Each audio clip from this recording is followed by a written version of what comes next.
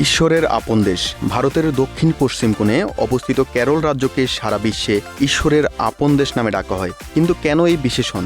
এই নামের পেছনের কারণ কি থাকতে পারে?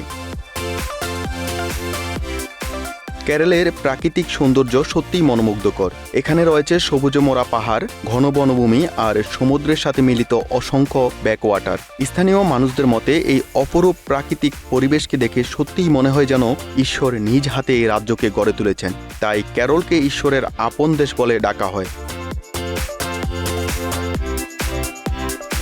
কেরল কেবল প্রাকৃতিক সৌন্দর্যই নয়, বরং এর ধর্মীয় ও সাংস্কৃতিক ঐতিহ্যও বিখ্যাত। এখানে রয়েছে অসংখ্য প্রাচীন মন্দির, যেগুলি যুগ যুগ ধরে পূজা অর্চনার কেন্দ্র হয়ে আছে। পদ্মনাভস্বামী মন্দির, গুরু আয়ুর মন্দির এবং সাবারিমালা মন্দির এই ধর্মীয় ঐতিহ্যের উজ্জ্বল উদাহরণ। হাজার হাজার ভক্ত প্রতিদিন এই মন্দিরগুলিতে আসেন, যেন ঈশ্বরের আপন দেশে তাদের প্রার্থনা পৌঁছে যায়। পুরো ভিডিওটি দেখতে কমেন্টসের পিন করা লিঙ্কে ক্লিক করুন।